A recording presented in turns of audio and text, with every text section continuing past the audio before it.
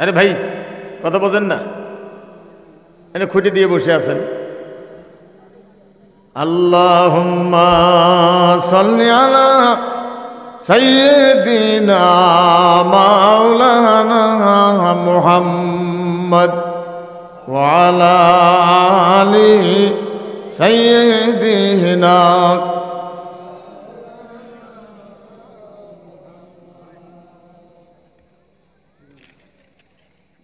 রংপুর জেলা মিঠাপুকুর থানাধীন রহমতপুর গোয়ালপাড়া জামি মসজিদ সংলগ্ন ময়দানে রহমতপুর গণকবরস্থান উন্নয়ন কল্পে 17ই ডিসেম্বর 2024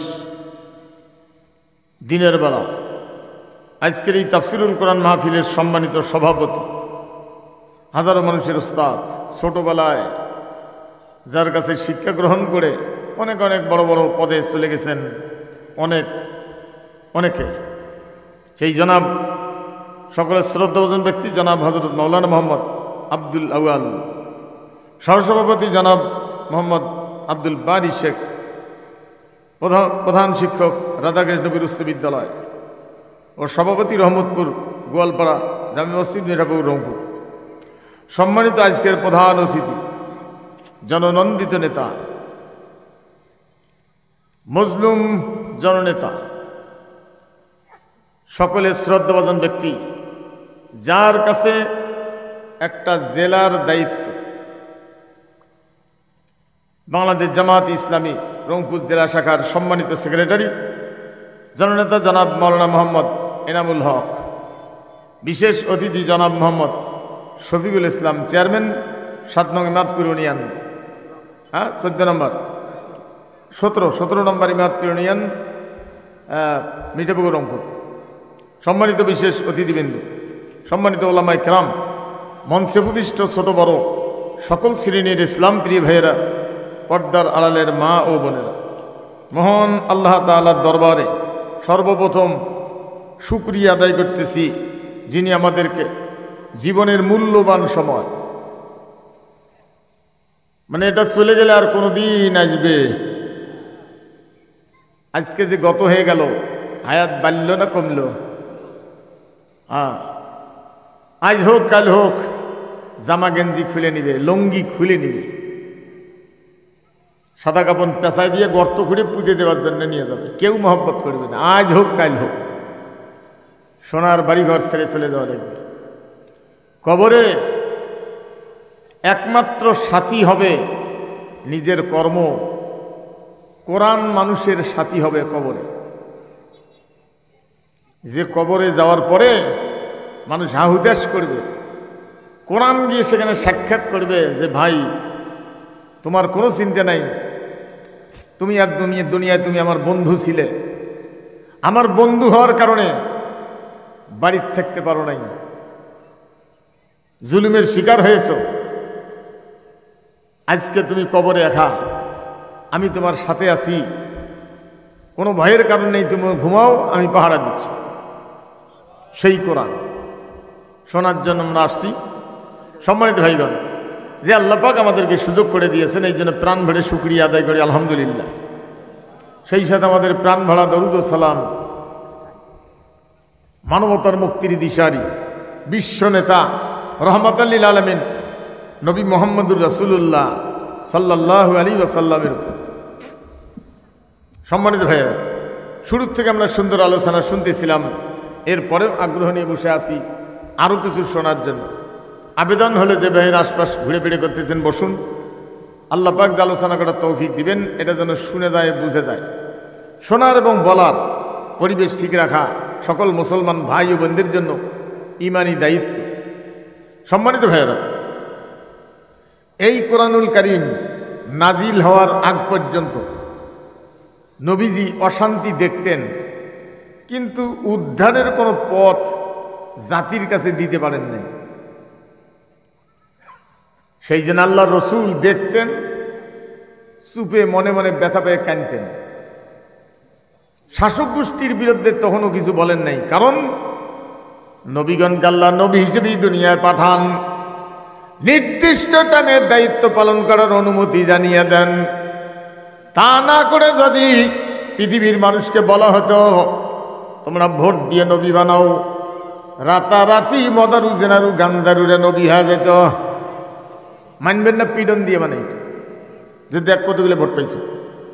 যে দেশে 17 বছর জীবিত মানুষ ভোট দিতে পারেনি, সব মারা মানুষ কব্বর থেকে উঠিয়ে এসে রাত্রে ভোট দিয়ে গেছে। জীবিতরা পাত্তাই পাইনি। সম্মানিত ভাইগণ, কষ্ট হয়। আল্লাহর নবী 41-এর মাথায় গিয়ে যখন নবুয়তের দায়িত্ব পালন করার আদেশ পেলেন, আল্লাহর পক্ষ থেকে কোরআনুল কারীম নাজিল হওয়া শুরু হলো। নবীজি ঘরে বসে কোরআনুল কারীম তেলাওয়াত করেন। আল্লাহ পাক বলছেন, নবী আমার, যে আয়াতটা আপনি পড়বেন যতক্ষণ পর্যন্ত ওই আয়াতটার মূল বক্তব্য আপনি বোঝেন নাই, ততক্ষণ পর্যন্ত ওই আয়াতটাই বারবার পড়বেন। ওইটাই পড়বেন যতক্ষণ বোঝেন নাই। কোন কোন সাহাবী একটা সুরে বুঝতে গিয়ে তার জীবন শেষ হয়ে গেছে। হয়তো ইসলাম কবুল করার পরে 20 বছর 30 বছর হায়াত পাইছে। ওই একটা সুরে বুঝতে গিয়ে বারবার পড়ছে আর বুঝছে, তার জীবন শেষ। আর একটা সুরে পড়ার বোঝার সুযোগ পায় নাই, কারণ ওটা এখনো বোঝা হয়নি। আর আজকে তো 5 পাতা 7 পাতা একবারে পড়ি, খতম করে চলে যাই, একটা তো বুঝি না। ভালো করে বুঝে নেন। আল্লাহর নবীকে আল্লাহ পাক বলছেন, নবী আমার, যে আয়াতটা আপনি পড়বেন যতক্ষণ পর্যন্ত এটার মূল বক্তব্য বোঝেন নাই, ততক্ষণ পর্যন্ত এই আয়াতটাই বারবার পড়বেন। সম্মানিত ভাইগণ, আল্লাহর নবী ঘরে বসে কোরআনুল কারীম তেলাওয়াত করেন। আবু জেহেল, উতবা, সাইবা, আবু সুফিয়ান এরাও তো আরবি ভাষী, শুনলে তারা বোঝে। কোরআনুল কারীম শোনার জন্য নবীজির ঘরের চতুর্পাশে দাঁড়াইত। নবীজির বাড়ি হলো কাবা শরীফের বারান্দার একদিকে। হ্যাঁ, একটু দরুদ শরীফ পড়েন, আল্লাহুম্মা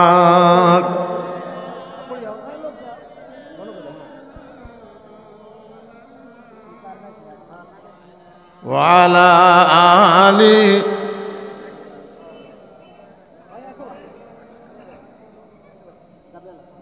আল্লাহুম্মা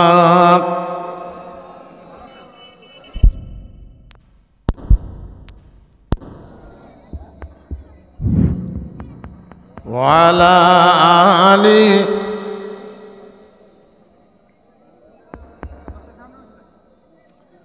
আল্লাহুম্মা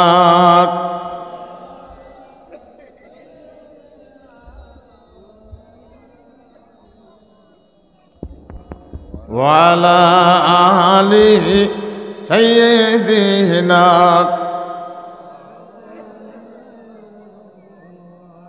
সম্মানিত ভাইগণ, নবীজি ঘরে বসে কোরআনুল কারীম তেলাওয়াত করেন। আবু জেহেল, উতবা, সাইবা, আবু সুফিয়ান নবীজির ঘরের চতুর্পাশে দাঁড়ায়া আল্লাহর কালাম শোনে। কয়েকদিন পর্যন্ত শুনল। তাদের শোনার আমাদের শোনার তফাৎটা দেন। তারা মানে নাই, কিন্তু শুনিয়ে বুঝছে। আর আমরা শুনিয়াও বুঝি না। কয়েকদিন পর্যন্ত শুনল। শোনার পরে আবু জেহেল জিজ্ঞেস করলেন, আবু সুফিয়ান, মোহাম্মদ যেগুলো পড়ে এটা শুনে তোমার কি বুঝে আসতেছে, কি বুঝতেছ? আবু সুফিয়ান বলছে, রে আবু জেহেল, মোহাম্মদ যেটা পড়ে এটা শুনে আমার যেটা বুঝে আসলো, এই মুহূর্তে যদি এর বিরুদ্ধে পদক্ষেপ গ্রহণ না করি, এমন একদিন আমাদের সামনে আসবে, আমাদের মাথা মাটির মধ্যে আশ্রাইতে হবে, পিঠ ওয়ালের মধ্যে ঠেকে যাবে। কারণ আবু জেহেলের মোহাম্মদ যা পড়ে এটা শুধু তেলাওয়াতের জিনিস না, এটা যে সংবিধান, এতে কোনো সন্দেহ না। আবু সুফিয়ান বুঝলো সংবিধান, আর আমাদের দেশের কত হাজি হজ করিয়েও বুঝলো না সংবিধান। সম্মানিত ভাইগণ, কষ্ট হয়। ভালো করে বুঝে নেন, পৃথিবীতে শুধু ধর্মীয় কিতাব কোরআন না, আরো আছে না, অন্যান্য ধর্মের কিতাব আছে। সেগুলো আলোচনা করতে গিয়ে কোনো বাধা নাই। কেন? সেখানে কিছু ভালো কথা আছে। সৃষ্টিক ভালোবাসেন শান্তি আর শান্তি। কি শান্তি? বলেন, শান্তি। কিন্তু সেখানে মানুষের সম্পদের রক্ষার ব্যাপারে আইন আদালত নাই। জানমাল ইজ্জত বডি রক্ষা করার ব্যাপারে আইন আদালত নাই। কোরআনুল কারীমে আইন আদালত আছে। আল্লাহ পাক বলছেন, নবী আমার, ওয়ানাজ্জালনা আলাইকাল কিতাবা তিবিয়ানাল লিকুল্লি শাই। একদম গ্রাম্য ভাষায় যেটা এটার অর্থ হবে সেটা হলো, নবীজি তোমার কাছে এই কিতাব মানে এই বইটা পাঠাইছি। কিতাব মানে বই।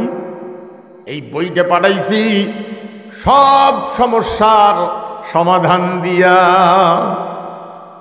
এমন কোন বিষয় বাদ নাই যার সমাধান কোরআনুল কারীমে দেওয়া হয়নি। সুবহানাল্লাহ বলবেন না? এই জন্য অন্যান্য কিতাব আলোচনা করেন, কোনো বাধা নেই। কোরআন আলোচনা করার ব্যাপারে বাধা আছে, কারণ কোরআন বলছে, ইসলাম বলছে, কারো সম্পদে অন্যায়ভাবে হাত দেওয়া যাবে, পকেটে ঢুকে যাবে। একজন মেথর মুসির সম্পদ কোনো হাজি, কোনো মৌলবি, কোনো ইমাম হাত দিছে, পকেটে ঢুকেছে, যদি টের পাওয়া যায়, প্রমাণ হয়, তাহলে আল্লাহর ঘোষণা হলে ওই হাত অন্য ধর্মের মানুষের সম্পদে হাত দিছে। অর্থাৎ কেউ কারো সম্পদে অন্যায়ভাবে হাত দিতে পারবে না। হাত এটা যদি জনগণ বোঝে, এই আইন যদি প্রতিষ্ঠিত হয়, শুধু কি মুসলমানদের সম্পদে নিরাপত্তা বাড়বে না হিন্দুদেরও বাড়বে? এই আইন যদি আজকে থাকতো, রাষ্ট্র তহবিল চুরি হতো। এই আজকে নাই। আইন আজকে থাকলে কত বড় বড় নেতার হাত কাটা যেত, স্বয়ং হাসিনারও। হাসিনারও হাত কাটা যেত। এই জন্য এই কোরআন আলোচনা করতে গিয়ে বাধা দেয়, কারণ চোরেরা ক্ষমতায় জানে, চোরের আয়াত যদি আলোচনা করে আর দেশের মানুষ যদি আইনটা চায়, আমার তো চুরির পথ বন্ধ হবে। এই জন্য তাফসিরের ব্যাপারে তারা বাধা দিয়েছিল, তাফসির হওয়া যাবে না। সম্মানিত ভাইগণ, ভালো করে বুঝে নেন, কোরআনুল কারীম আরো অনেক আইন আছে, ফৌজদারি দণ্ডবিধি। এবার ভালো করে বুঝে নেন, কোন খ্রিস্টান যদি জিজ্ঞাসা করে, আমি একটা আইন তৈরি করছি আল্লাহর চাইতেও ভালো, আপনারা মানতে রাজি? যদি জোর করি মানায়, তাও মানবেন না। এই জায়গায় গন্ডগোল। মানতে জায়গায় মানব না। এখান থেকে ওঠার পরে রোডে চলবেন কোন দিকে, ডানে না বামে? আল্লাহ কোন দিকে বলছে? খ্রিস্টান কোন দিকে বলছে? কোনটা মানবেন?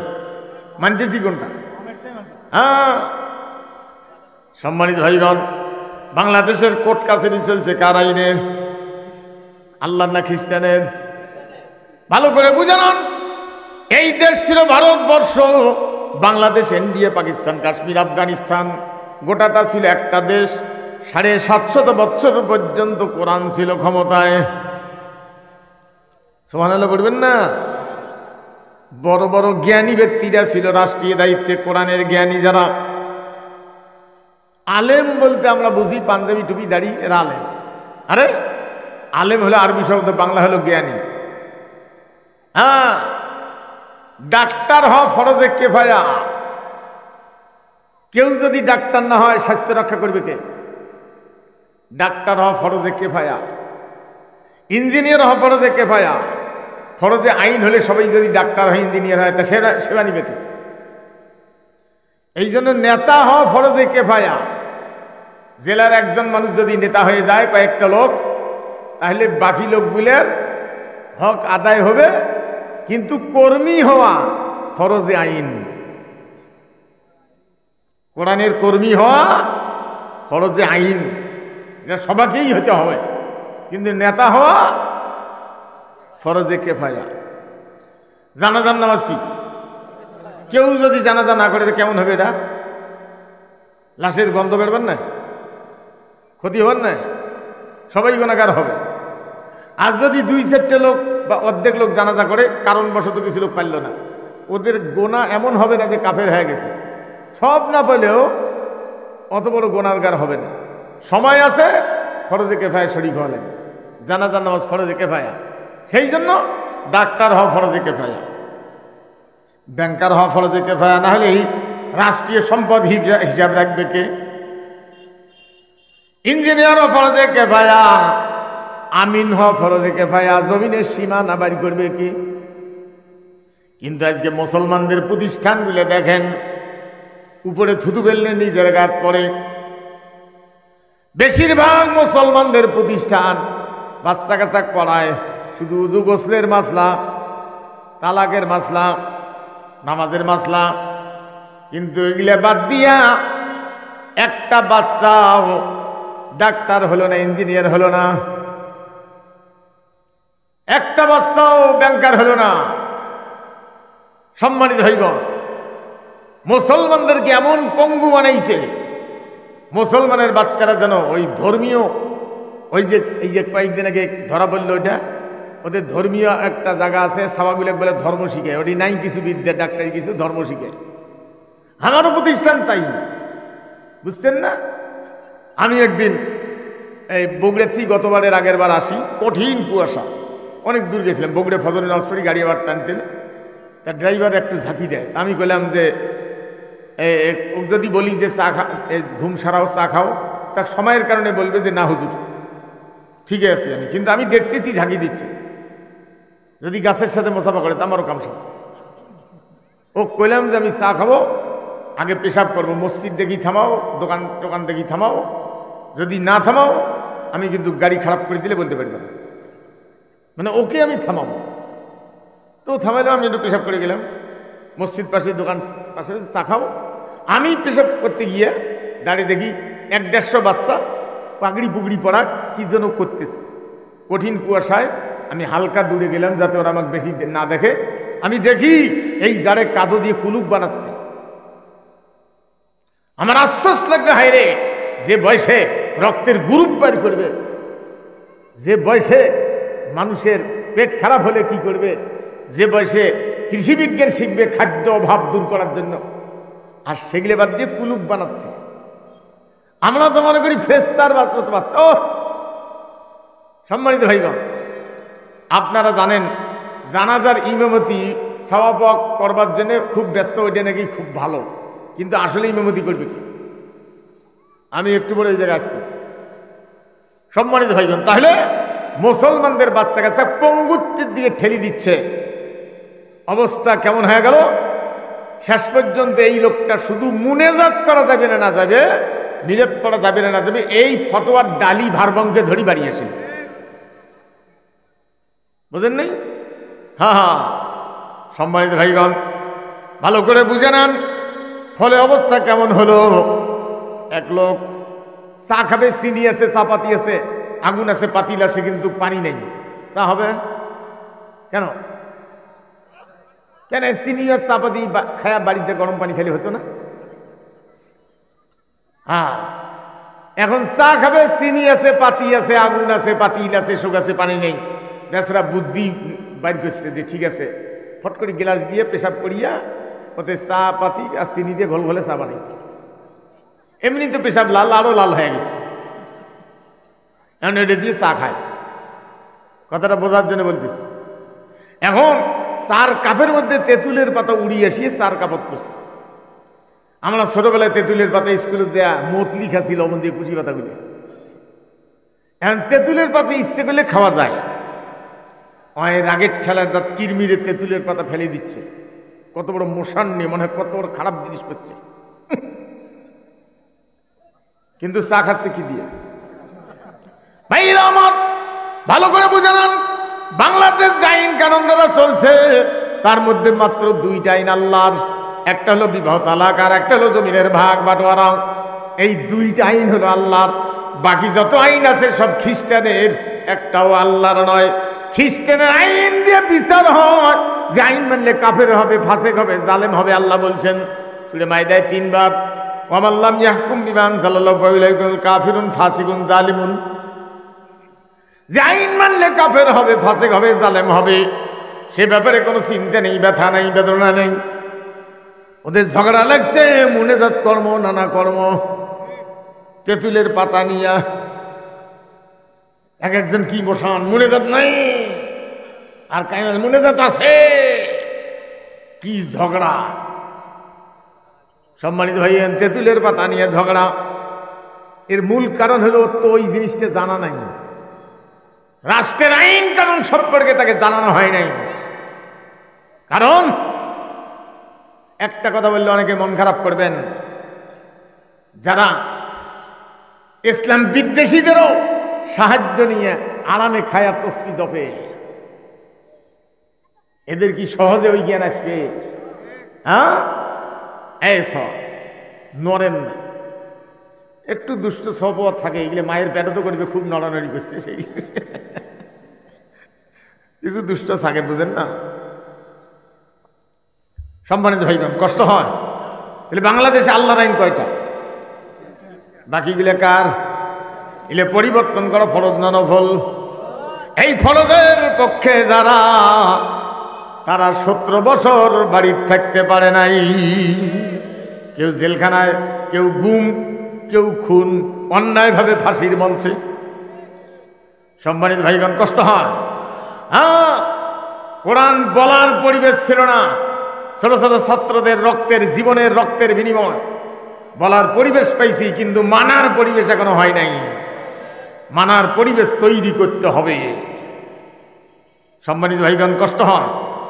আর একটা কথা বলবো, সেটা হলো আপনার বাড়িতে আত্মীয় এসছে, মেহমান সাগাই, কি এসছে? সাগাই এসছে, গ্রাম্য ভাষা। এখন ওই বাড়িওয়ালার একটা প্লেট আছে, প্লেটত খাবার দেয়। খাবার দেওয়ার আগে ওর একটা চশমা আছে, ওইটার চশমাটা আনি আগত সাগাই চোখত দেয়, দিয়ে তারপরে খাবার আনে। প্লেটের মধ্যে ভাত আছে, গোছ আছে, মাছ আছে, মুরগির পায়খানা আছে, কুত্তের পায়খানা আছে, শিয়ালের পায়খানাও আছে, এই গোবর টবর যা আছে শোক আছে, এক না করি। ওই লোকটা সামনে জানিয়ে দিয়েছে, তার আগত কি দিছে? এই চশমার কেরামতি হলো মুরগির পায়খানা, শিয়ালের পায়খানা, কুত্তের পায়খানা, এগুলো চোখত পড়ে না, এগুলো মাখিয়ে চাকিয়ে খায়। ও চোখত পড়ে ধানের তুষ, ওইটা বাসি ফেলে দেয়। আপনার চোখে, আমার চোখে খ্রিস্টানের মন চশমা দিয়েছে, ওদের তৈরি করাইন কুত্তের লাদাস চাইতেও খারাপ, শিখলে মানি, শিখলে খাই, কোনো ঘৃণা নাই। আমাদের চোখে পড়ে মিলাদ কর্ম নানা কর্ম, মুনেজাত কর্ম নানা কর্ম, ধানের তুষ। এই চশমা যাদের চোখ থেকে খুলে ফেলছে, এই লোকগুলো 17 বছর ঘুমাইতে পারে নাই। আর যাদের চোখে চশমাটা আছে, ওরা দিব্যি নামাজ পড়ে ঘুমাইছে, কোনো সমস্যা নাই। আমি কি বুঝাইতে পারছি? সম্মানিত ভাইগণ, এবার আসুন, তাহলে বাংলাদেশ আল্লাহর আইন কয়টা? কি কি? হ্যাঁ, আর জমিনের ভাগ বাটোয়ারা ভালো করে বুঝান। আজকের ওয়াজ কি আপনারা মানবেন? আজকের ওয়াজ কি মানবেন? কখনোই মানবেন না। বুঝবেন কিন্তু মানতে পারবেন না। কারণ গোসল করতে গিয়ে পায়ের মধ্যে যদি কেউ পানি ঢালে, মাথা ভিজবে। 10 বালতি পানি ঢালছে, মাথার একটা চুল আর মাথার এক বদনা ঢালছে, পাও। ভাইরা আমার, আল্লাহর নবী 15 বছর পর্যন্ত ওয়াজ করলেন। বুঝতে পেলেন ওয়াজের মঞ্চে এটা নয়। কিয়ামত পর্যন্ত যদি হায়াত পাই এখানে ওয়াজ করি, লাভ হবে না। কারণ ওয়াজের মঞ্চ হলো সংসদ। এখানে পানি ঢাললে সংসদ ভিজবে না, আর সংসদে পানি ঢাললে এখানে, ওটা হলো দেশের মাথা। ভাইরা আমার, এই জন্য রাসূল দোয়া করলেন, ওয়াজআলনি মিন লাদুনকা সুলতানান নাসীরা। হে আল্লাহ, আমাকে ক্ষমতা দাও, রাষ্ট্রীয় দায়িত্ব দাও, তা নাহলে ওয়াজ করি জনগণ শোনে, বোঝে, মানে না। মানে হলো আবু জেহেলেরটা। এই জন্য আমার ক্ষমতার প্রয়োজন। নবীজি ক্ষমতা পাওয়ার, যাওয়ার প্রয়োজন অনুভব করলেন। আর আজকে নবীজির চাইতে বজনেওয়ালা, পাগড়িওয়ালা, টুপিওয়ালা লোক আছে, যারা কয় যে আমরা কোনো গদির লোক টুপ করি না, আছে না? হ্যাঁ, সম্মানিত ভাইগণ, ভালো করে বুঝে নেন, ইমান ঠিক করতে সেই জায়গায় যেখানে বেঈমান হওয়া যায়, ইমান ঠিক করতে সেই জায়গায় যেখানে বেঈমান হওয়া যায়, হওয়ার জায়গা আছে। কথাটা বোঝেন, ইমান ঠিক করতে সেই জায়গায় যেখানে বেঈমান হওয়ার জায়গা আছে। ভাইরা আমার, এই জন্য পৃথিবীতে যত ধর্ম আছে মানতে গেলে কর্ম বাদ দেওয়া লাগে। কৃষিকাজ, চাকরি, ব্যবসা বাদ দিয়া, ঘটি নাটি লোটা ছাতি নিয়া, মাথার মাজত চুল রাখিয়ে বাকি বিলে কাটি দিয়ে কোনো মহিলা যেন পছন্দ না করে, উনি নাটি ঘোটার নাতি ছাতি নিয়ে গেলেন ঘরে যেখানে আজ। তাহলে অন্য ধর্ম আছে, ধর্ম মানতে গেলে কর্ম বাদ দেওয়া লাগে। ইসলাম এমন একটা ধর্ম, জীবন ব্যবস্থা তারপরে ধর্ম বললে যেহেতু বুঝি এই জন্য ধর্মটাই নিয়ে আসলাম। ইসলাম এমন একটা ধর্ম, কর্ম বাদ দিয়ে মানার কোনো সুযোগ নাই। ইমান ঠিক করতে কর্মের মধ্য দিয়া, আজকে ইমান ঠিক করার ব্যাপারে কৃষিকাজ বাদ দিল, চাকরি ব্যবসা সব অবসর নিয়া, যেখানে বেঈমান হওয়ার জায়গা নাই সেখানে ইমান ঠিক করার জন্য চলে গেল। কোন জায়গা? এলে বেশি করার দরকার নাই, বুঝছেন না? হ্যাঁ, যেখানে আইল কাটা নাই, মাপা নাই, যেখানে ঘুষ খাওয়ার বুদ্ধি নাই, উনি সেখানে কি ইমান ঠিক করে, যেখানে বেঈমান হওয়ার কোনো জায়গায় নেই। সম্মানিত ভাইগণ, ভালো করে বুঝে নেন, এই জন্য বৈরাগ্য জীবন ইসলাম মানে না, সংসার থেকে জীবন ইসলাম মানে না। আজকে সংসার থেকে জীবন বানানোর জন্য কত বক্তা ওয়াজ করে, আর রাবেয়া বসরি, হাসান বসরি, নিজামুদ্দিন আউলিয়া 99টি খুন করে আরো একটা খুন করে গেল, আল্লাহর অলি হয়ে গেল। আল্লাহ যে অলি হই কোন কোরআন কোন হাদিস দরকার? রাষ্ট্রীয় দায়িত্ববাদ দিয়ে বাদশাহ ইব্রাহিম আদম জঙ্গলে চলে গেল আল্লাহ পাওয়ার জন্য, যেখানে আল্লাহ বলছেন রাষ্ট্রীয় দায়িত্ব পালন করার জন্য, আর সেখানে উনি বাদ দিয়ে আল্লাহ পাওয়ার জন্য জঙ্গলে চলে গেল। কত বড় নোংরা ওয়াজ! এগুলো ওয়াজ আমরাও শুনছিলাম, এখনো কিছু কিছু বক্তা করে, কানা শ্রোতা বসি বসি শোনে। ভাইরা আমার, ভালো করে বুঝে নেন, এই কোরআন 24 ঘন্টায় 5 বার তেলাওয়াত করা ফরজ। কয়বার? জোর বলেন, কয়বার? একটা তেলাওয়াত আদায় করতে গিয়া আরো 12টা ফরজ লাগে। কোরআন তেলাওয়াত করা কি ফরজ, আরো 12টা ফরজ লাগে একটা তেলাওয়াত আদায় করতে গিয়া। কি কি? শরীর পাক, কোন কোন? হ্যাঁ, অনেকে তো বলতেই পারি না। শরীর পাক, কাপড় পাক, জাগা পাক, খাড়া হওয়া, দক্ষিণমুখী হওয়া।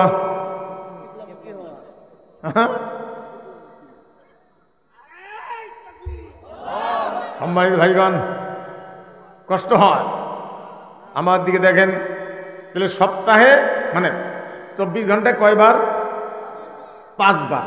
এই 5 বার আপনি মাঠে ধান কাটতে, তারপরে আমাদের ওখানে একবার ওই ধান কাটিয়ে আদা কাটা হওয়ার পরে নামাজের টাইম হয়েছে, তা জোহরের নামাজ দাঁড়াইছে, তা যার ধান তাই ইমাম হয়েছে, কামলাগুলি হয়েছে মুক্তাদি।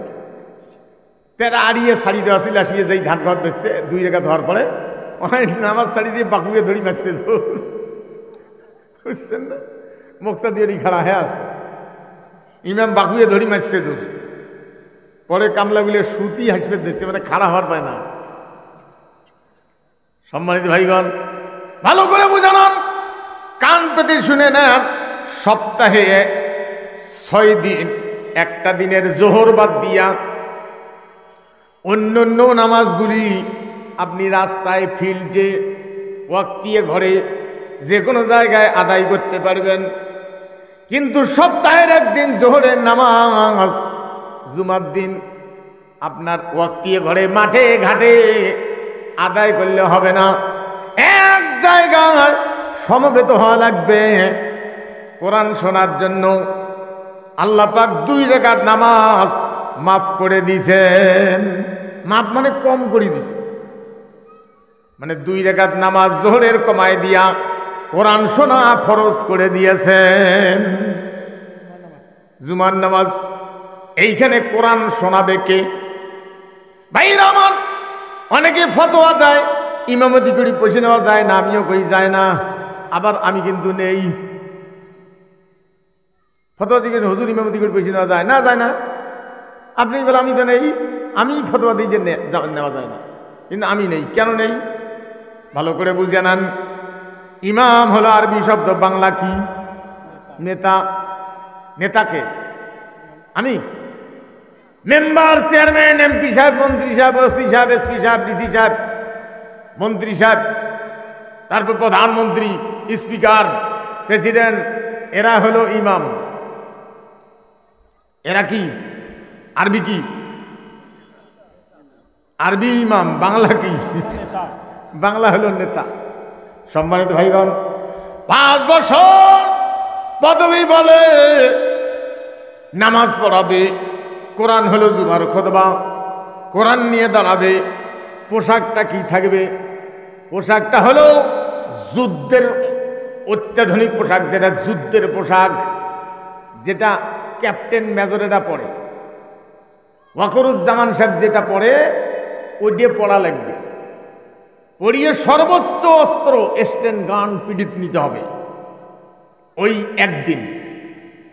সম্মানিত ভাইগণ, এরপরে কোরআন শোনাবে। আপনি আজান হওয়ার পরে আর থাকতে পারেন না। এই জন্য ওসমান গনি রাদিয়াল্লাহু আনহু ওয়াক্তের আধা ঘন্টা আগে একটা আজানের ব্যবস্থা করছেন, যাতে করে মাঠের লোকেরা টের পায় আর মাঠে থাকা যাবে না। কোরআন শোনা ফরজ। 1 মিনিট পরে আসলে আপনি ফরজ 1 মিনিট কায়দা করলেন, মানে কমায় ফেললেন। আমরা তো খুতবার মাঝখানে আসিয়া যে হয়েছে তো যাই যা শরীক হই, ওর নামাজ হবে না। কারণ ওই 2 রাকাত মানে কোরআন শোনার জন্য 2 রাকাত কমাই দেওয়া হয়েছে, ওইটার সবটা পাইল। ওই জন্য হক আদায় হবে না। যুদ্ধের সর্বোচ্চ পোশাক পরে স্ট্যান্ড গান পিডিত নিয়া খুতবা দিবে, আইন কানুন শোনাবে 1.5 ঘন্টা। এটা হলো খুতবার নিয়ম। সম্মানিত ভাইগণ, এরপরে 10 মিনিট 15 মিনিট বসবে। কেউ চা খাবে, পান খাবে, পেশাব করবে, জরুরত ছাড়বে। ইমাম সাহেব কুঠিরিত বসায়া, ওই যে মেম্বারের সাথে এখানে দরজা থাকবে, কুঠির বসে একটু চাটা খাবে। এবার প্রশ্নের জবাব দেওয়ার জন্য দাঁড়িয়ে যাবে। এটা সানি খুতবা। ভাইরা আমার, প্রথম খুতবা দেওয়ার পরে আমিরুল মুমিনিন সানি খুতবা দাঁড়াইছেন। এক যুবক প্রশ্ন করছে, আমিরুল মুমিনিন জবাব দেন প্রশ্নের। আমরা রাষ্ট্রীয়ভাবে যে কাপড় পাইছি অর্ধেকটা জামা, আপনার হাঁটুয়ে পর্যন্ত হইছে, বেশি নিলেন, তারা জবাব দেন। প্রেসিডেন্ট মসজিদে নববীতে তার ব্যাটা আমিরুল মুমিনিনের ছেলে আব্দুল্লাহ ইবনে উমর বলছে, ভাই জবাবটা যদি আমি দেই, বলে পাইলে এই হলো। আমার আব্বা লম্বা মানুষ, একটা কাপড় দিয়ে হয় না, আমার কাপড়টা দিয়েছি, আমার পুরেনাটাই ঠিক আছে, আমার 2টা, আমারটা দান করার কারণে আব্বার একটু লম্বা হয়েছে। যুবক বলছে, আমিরুল মুমিনিন খুতবা দেন, শুনবো এবং মানবো। ভাইরা আমার, এইটা হলো সিস্টেম। এই জন্য মেম্বার, চেয়ারম্যান, এমপি সাহেব, মন্ত্রী সাহেব খুতবা দিলে রাষ্ট্রীয়ভাবে তারা ভাতা পায়। এখন চেয়ারম্যান মেম্বার কম পায়, সেটা দোষ কার? তোমার আদায় করে ব্যাপার না। রাষ্ট্রীয়ভাবে তারা ভাতা পায়। এই জন্য মসজিদ থেকে তাদের বেতন নেওয়া জায়েজ নাই। এটাই হলো আসল ফয়সালা।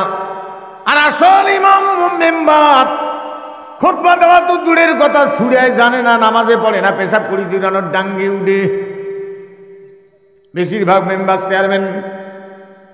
এখন আসল ইমাম ওখানে না থাকার কারণে আমার ঠেলিয়ানি নামাজ পড়বার লাগে দিয়েছেন। এই জন্য আমি পয়সা দিলে পড়াই, না দিলে না পড়াই। আমাকে তো রাষ্ট্র বেতন দেয় না, ভাতা দেয় না। কিন্তু ইমামটা কেমন? ওই যে এক লোকের নাম হলো রমজান আলী, জীবনে রোজা করে না, রোজার মাসে বিড়ি খাবে না। নাম কি? রমজান আলী। আমরা হলাম ইমাম, কিন্তু আমাদের কথা চলে কত গোনা। বসিয়েছেন মসজিদত, এ খানা হন, 1:30 বাজে, তার মানে হ্যাঁ হ্যাঁ হ্যাঁ হ্যাঁ হুজুর খালা আছি, এ কানো ধার দাও, হজুর দিছি হুজুর, এ হাঁটুয়ে ধার দাও, দিছি হুজুর। সেজদা যাও দিছি, বইসো। হ্যাঁ, আসসালামু আলাইকুম। আসসালাম হুজুর, আপনার ইমামতি কিন্তু শেষ, আমরা বাইরে আপনাকে এক চুলো মানি না। কথাটা বুঝাইতে পারছি আমি? হ্যাঁ, লাশল ইমাম সেট করতে হবে। যে লোক মেম্বার খুতবা দিতে পারবে তাকে মেম্বার বানাইতে হবে। যে কোরআনের খুতবা দিতে পারবে তাকে চেয়ারম্যান বানাইতে হবে। যে খুতবা দিতে পারবে সবচাইতে বড় মসজিদ যেগুলা জামাত ইসলাম করি থুই আসছে, তাকে পরে এরা আনিয়ে কিছু খাইছে আর কিছু টাকা দিয়ে বানাইছে ওই মসজিদগুলো। কি মসজিদ? হ্যাঁ, এটার টাকার ব্যবস্থা আগে করি থুইছে জামাত ইসলাম, এগুলো মানুষ জানে না। ওইলে দিতে গিয়ে যা খাইছে না, ওই মসজিদে পদবী বলে 5 বছর খুতবা দিবে এমপি সাহেব, খুতবা শুনবে কোরআনী আইন। এটাই হলো জুমার দিনের। ব্রিটিশ আসার পরে আসল ইমামেরা সেখানে না থাকার কারণে সরাই দিছে, কিছু মৌলবী ওই যে নকল ইমাম দাঁড় করে দিছে। সেই জন্য কিছু আলেমের মতে জুমার নামাজ হয় না, ওরা আখেরি জোহর পড়ে। তাই বলে আমি ফেকড়া বাজাচ্ছি আগামীকাল দিয়ে আখেরি জোহর পড়েন তা আমি বলিনি, হয় পড়েন না পড়েন সেটা আমার কথা না, আমিও পড়িনি। কারণ আখেরি জোহর তাদের কথা হলো আসল ইমাম যতদিন খুতবা দিতে পারে নাই ততদিন এই দেশে জুমার নামাজ হবে না, জোহর পড়তে হবে। যেহেতু তোমরা পড়েন সেই জন্য মারামারি না করিয়ে পড়ি, কিন্তু আমরা জানি যেটা হবার না, সেই জন্য জোহর পড়ি বাড়ি যাই। এই যে আখেরি জোহর, কথাটা বুঝাইতে পারছি আমি? হ্যাঁ ভাইরা আমার, ভালো করে বুঝে নেন। এই জন্য কোরআনুল কারীম পড়তে এবং বুঝতে হয়। এটা হলো জুমার খুতবা, এটা হলো সংসদের সংবিধান। এই জন্য প্রত্যেক ব্যক্তি পড়বে এবং বুঝবে। এরপরে ইমাম সাহেব নামাজের মধ্যে দাঁড়ায়া সূরা ফাতিহা পড়বে। এরপরে পড়বে আস-সারিকু আস-সারিকাতু ফাকতু আইদিয়াহুমা। ও আমার ছেলে, আমার বাপ, আমার বেটা, শ্বশুর, আমার এলাকাবাসী, শোনো, চুরি করিও না, হাত কাটা যাবে। আমি তোমার বাপ, তোমার জামাই, তোমার বেটা, আমি তোমার হাত রক্ষা করতে পারবো না। এই যে আল্লাহর কালাম শুনাইলাম, এবার সবাই সেজদা দিয়া মেনে নিলাম। সম্মানিত হয়ে গেল, হলো জুমার খুতবা। আজকে কি ওই সিস্টেমের খুতবা আছে? ওই ইমাম আছে? হ্যাঁ, এখন ইমাম হয় মেম্বার। এক লোক গেছে সনদপত্র নেওয়ার জন্য, যা দেখে মেম্বার 4-500 গজ দূরে একটা লোকের সাথে কথা কয়। আর ওখানে যেতে যেতে 100 গজ দূরে বাকি দেখতে পেশাবের চাপ, মেম্বার পাশর দাঁড়ে পেশাব করতেছে, সেন খুলি দিয়ে বিড়িও খায়, মোবাইলও করে, পেশাবও করে। বেচারা একবারে 3টে কাজ চালাইছে। এত ব্যস্ত, মরবেরও টাইম নেই, আজরাইল পর্যন্ত ঘুরি যাবে। আল্লাহ, এত ব্যস্ত লোক মরার দরকার নেই। বারে বিড়িও খায়, মোবাইলও করে, পেশাবও করে। তা পেশাব করে চেন লাগিয়ে দিতে বাঁ হাত পেশাবে দেখে না, সিটে পড়ছে, লোকটা ভিজছে। লোকটা টের পেল, 80 জায়গাতে কাগজখান নিয়ে দাও সাইন করে দিয়েছে হুন্ডের সিটে। তার পেশাবটা কাগজত ভরছে, তার পকেটত ভাঁজ করে নেবেন না, আবার দিয়ে লোকটা এইভাবে তলতি ধরে যেতেছে। মেম্বারের পেশাব যাত্রার ভাগ্যে খুলে, এটা কি কম পবিত্র জিনিস? আইরে মেম্বার রে, কষ্ট হয়। ভাইরা আমার, ভালো করে বুঝে না। এই জন্য বাংলাদেশের যত মসজিদ আছে, এই মসজিদের ইমামগুলো বর্তমান ইমাম না, এরা হলো যে বদলি ইমাম। আর আসল ইমাম হলো মেম্বার, চেয়ারম্যান। এই জন্য বাংলাদেশের ইমাম হলো 300 জন। কয়শো জন? কারা? এমপিরা। একের লাঠি 10-এর বোঝা। একের লাঠি, জোরে বলুন, 10-এর বোঝা। একের লাঠি, যা করলাম তাই কে দিল।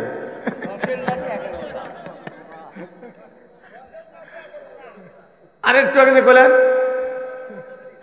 তার মানে হুজুর কইছা। সম্মানিত ভাইগণ, কষ্ট হয়। 10-এর লাঠি, 1-এর বোঝা। তাহলে সংসদে যাওয়া কি ফরজ? চলেন যাই। যাবেন? সবাইকে ঢুকতে দিবে? হ্যাঁ, এইখানে মিঠে পুকুর থেকে একটা লোককে ঢুকতে দিবে। আরে একটা লোককে ঢুকতে দিবে। আর কাকো জলে বলুন, জলে বলুন, দর্শকের চেয়ারে থাকতে পারে, সাংবাদিক টাংবাদিক থাকতে পারে, কিন্তু মিঠে পুকুর থেকে কয়জন যেতে পারবে? কথা বলার জন্য একজন।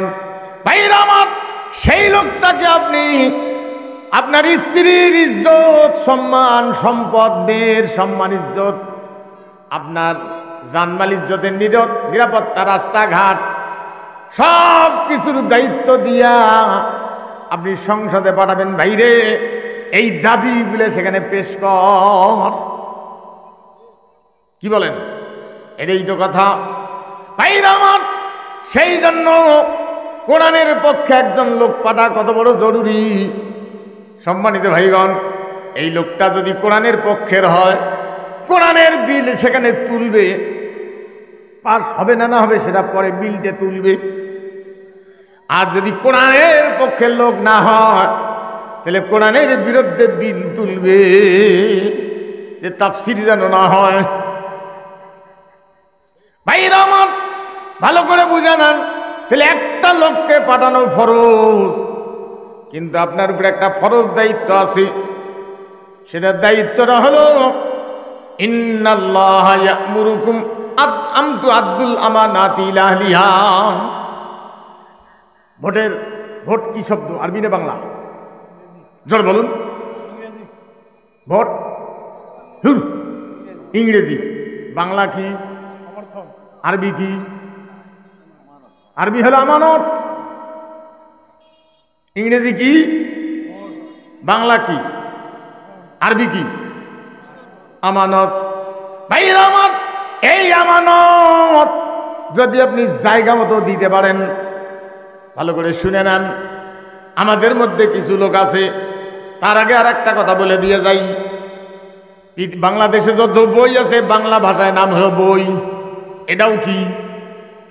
বই। এটাও কি? বাংলা ভাষায় এটার নাম কি? আরবি নাম হলো কেতাব। পৃথিবীতে যত বই আছে, বাংলা ভাষায় নাম হলো বই, আরবি নামে কি? কেতাব। যে কোনো বই সৌদি আরবে হাতে নিয়ে ঘুরবেন, সৌদির ভাষায় কেতাব, আর বাংলাদেশের ভাষায় বই। পৃথিবীতে যত বই আছে, সব বইয়ের কথা মানুষের, এই বইয়ের কথা কার? আল্লাহর। সন্দেহ? ভাইরা আমার, ভালো করে বুঝে নেন, জরিনা তার দলবল নিয়া আল্লাহটা ভালো লাগে না, নিজকে আল্লাহ চাইতেও জ্ঞানী এবং যোগ্য মনে করিয়া তার দলীয় লোকদের নিয়া ওরা নীতিমালা বানায়, কিভাবে চালাইবে, চলবে। 80টা পাতা হয়েছে, একখানে সিলাই করছে। বাংলায় নাম কি? জোরে বলুন। আরবি নাম কি? কেতাব। সলিমুদ্দি একটা লিখছে, বাংলায় নাম কি? আরবি নাম কি? কেতাব। ভালো করে বুঝে নেন, আপনি কোন কেতাবের উপরে ঈমান আনছেন? আমানতু বিল্লাহি ওয়া মালাইকাতিহি ওয়া কুতুবিহি, কেতাবের উপরে ঈমান আনা। আপনি কোন কেতাবের উপরে ঈমান আনছেন? সেটা যদি আল্লাহর হয়, আপনার ঈমান ঠিক আছে। আর যদি সেটা জরিনার হয়, আপনার ঈমান ঠিক নাই। আপনি যতই নামাজ কালাম পড়েন, এখন আপনি মুসলমানে হন না।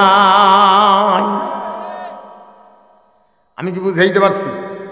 হ্যাঁ, জরিনের কেতাবের মিছিল আছে, সলিমুদ্দির বসিরানের, আর আল্লাহর কালামের। বলেন তো কোনটা ওহী? আল্লাহর কালাম। জোরে বলুন। বাকিটা ওহী। ওহীর বিরুদ্ধে জরিনের কেতাবের পক্ষে মিছিল করেন আপনি, একজন বাবাজি হাজি বলবি মুসলমান। জরিনের কেতাবের পক্ষে মিছিল করি আসি, আবার নামাজও পড়েন। আপনি কি মুসলমান হইছেন? এই জন্য আর কোনদিন জরিনের কেতাবের পক্ষে থাকবো না, সলিমুদ্দির কেতাবের পক্ষে থাকবো না, বৈশ্রনের কেতাবের পক্ষে থাকবো না, আল্লাহর কেতাবের পক্ষে থাকবো। এমন কোন কোন মুসলমান আছেন? হাত তুলে দেখাই দিতে পারেন?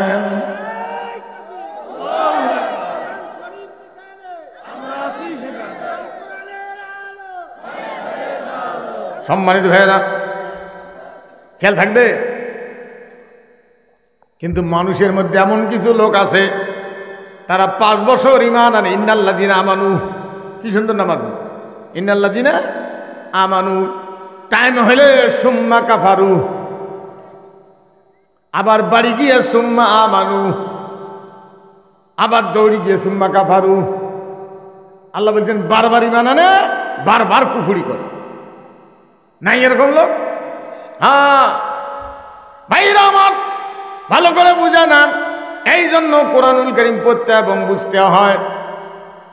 এই কোরআনের পক্ষে না থাকিয়া যতই নামাজ কালাম পড়েন, আল্লাহ কি বলছেন শোনেন, অনেক ইমানদারেরা হলো মুশরিক। অনেক ইমানদারেরা কি? ওয়ামা সূরা ইউসুফ, ওয়ামা ইউমিনু আকসারুহুম বিল্লাহি ইল্লা ওয়া হুম মুশরিকুন। অনেক ইমানদারেরা মুশরিক।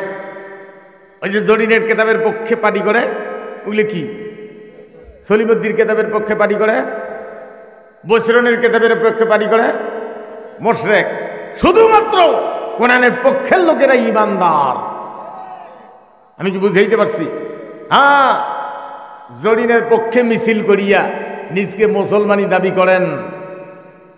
সম্মানিত ভাইগণ, ভালো করে বুঝে নেন। এই জন্য স্কুলের ছাত্র যখন হাজিরা দেয়, এই আব্দুর রহমান স্কুলের ছাত্র কি কয়?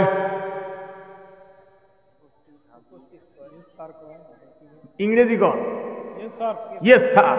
বাংলা কন, আরবি কন, লাব্বাইক স্যার বা হুজুর আমি হাজির। কথাটা বোঝেন? এই লাব্বাইক শব্দ মানুষ উচ্চারণ করে কোন জায়গায়? হজে। ভাইরা আমার, ভালো করে বুঝে নেন, যে লোকটা জন্মভূমির থাকতে কোরআনের পক্ষে ছিল, কোরআন মানছে মানার চেষ্টা করেছে, প্রতিষ্ঠিত করার চেষ্টা করেছে, এই লোকটা আল্লাহর ঘরের কাছে গিয়ে এই খাওয়া মজা কেন আন্দাজির খেলা হয় গল্প।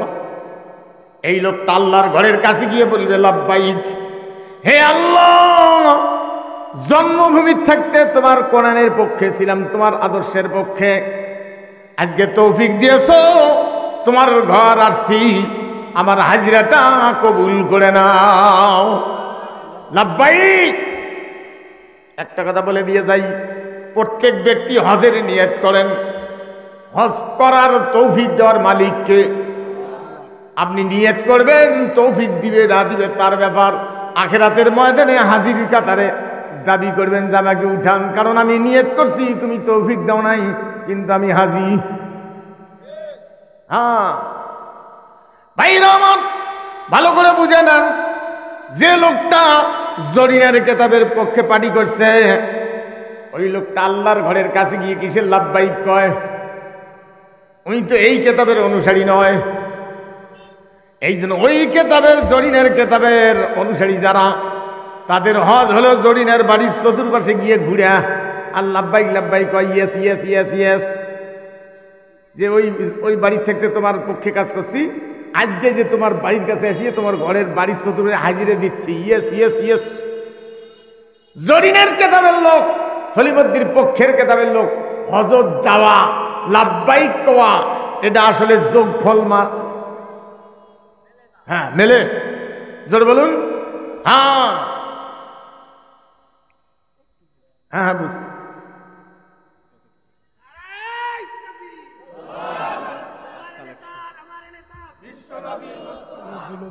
সম্মানিত ভাইগণ, কষ্ট হয় আমার দিকে দেখুন।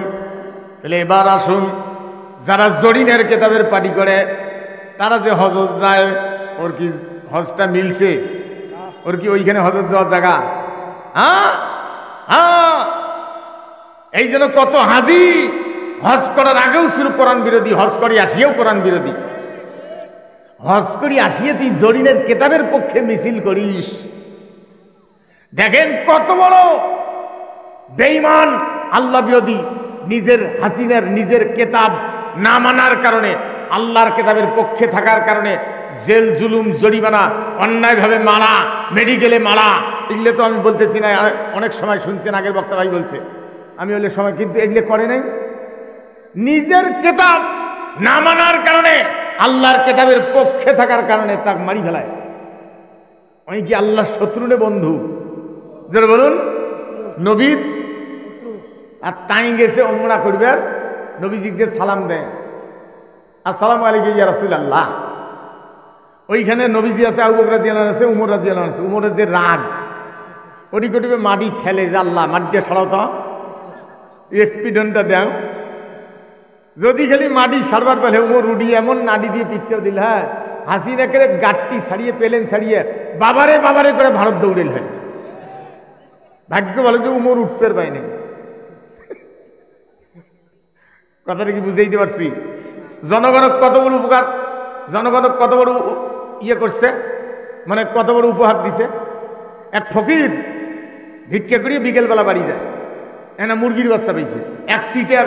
হ্যাঁ ফকির সাহেব আপনি কোনো খান নাই, মানে মুখ চোখ শুকনে দুনিয়াতে কোনো মানুষ আছে? হ্যাঁ হ্যাঁ হ্যাঁ হ্যাঁ আসেন।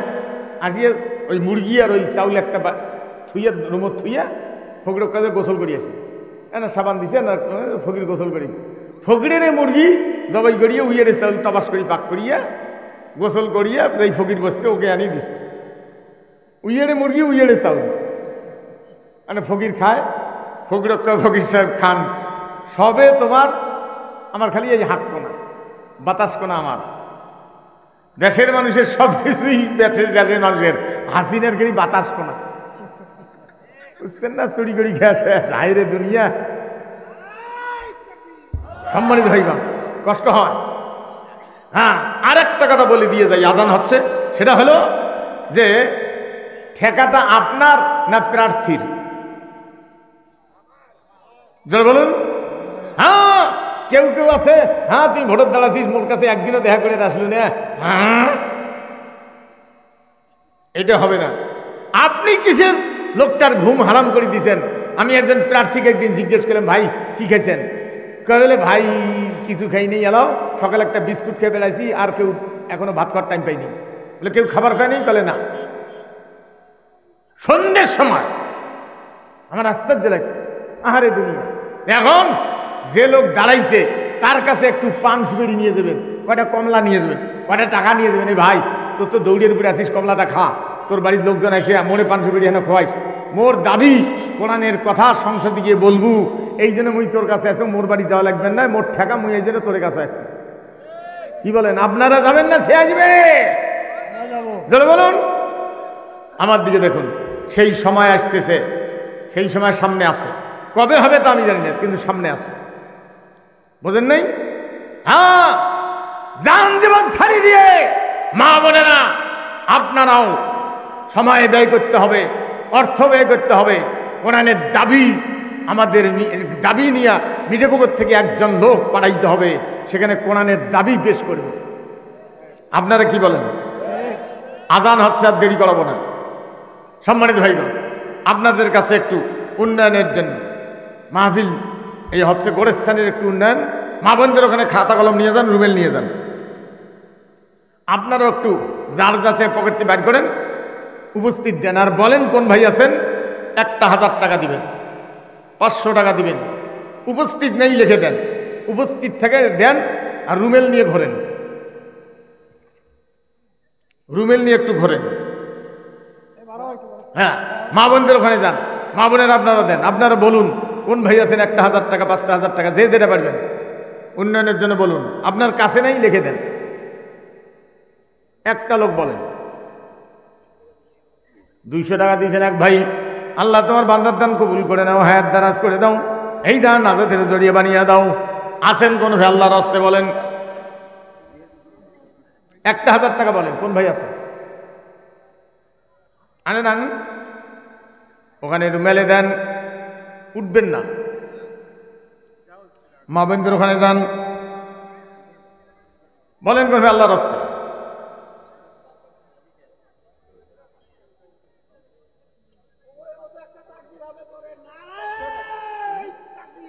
আল্লাহু আকবার। বিশ্বনবী মুস্তাফা হুশিয়ার সাবধান, হুশিয়ার সাবধান, হুশিয়ার সাবধান। সম্মানিত ভাই বোন উঠেন না, একটু বলেন কোন ভাই আছে আল্লাহর রাস্তায়। একটা লোক বলেন 1000 টাকা দিবেন। আপনার উপস্থিত নাই লিখে দেন, কোন ভাই আছেন বলেন। 1 মণ ধান দিবেন, আধা মণ ধান দিবেন, যে যেটা পারবেন লিখে দেন, একটু দেন।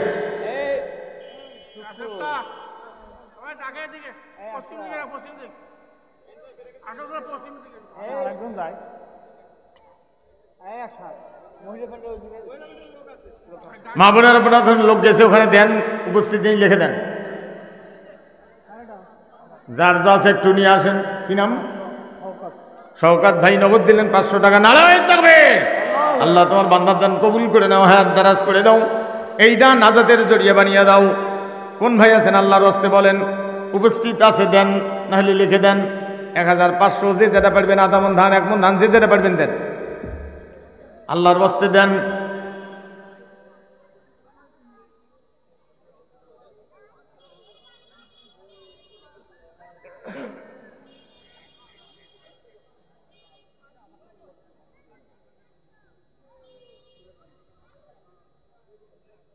কি নাম? শফিকুল ইসলাম ভাই 200 টাকা না? পদ্মপুকুর হাই স্কুলের মৌলবি টিচার শফিকুল ইসলাম ভাই 200 টাকা। নারাই চলবে। আল্লাহ তোমার বান্দার দান কবুল করে নাও, হায়াত দারাজ করে দাও, এই দান আজাদের জড়িয়ে বানিয়ে দাও। আছেন কোনো ভাই আল্লাহর রাস্তে বলেন? কিন্তু আপনাদের খেয়াল রাখতে হবে, আমি যে কয়টা কথা বলছি অল্প সময়, এই সামনে সেইটা কার্যকর করার সময়। কি বলেন আপনারা? বসে থাকার টাইম। হ্যাঁ, যদি জিততে না পারেন তাহলে ওই 17 বছর ঘুরিয়ে যাবে।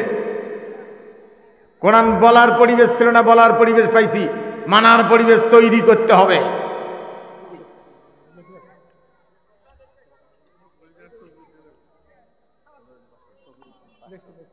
শফির উদ্দিন ভাই কত?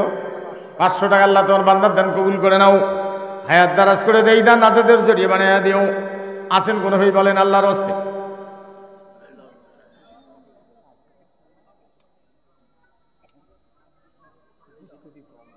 কিছু বলবেন? সমাপনী বক্তব্য কোনো?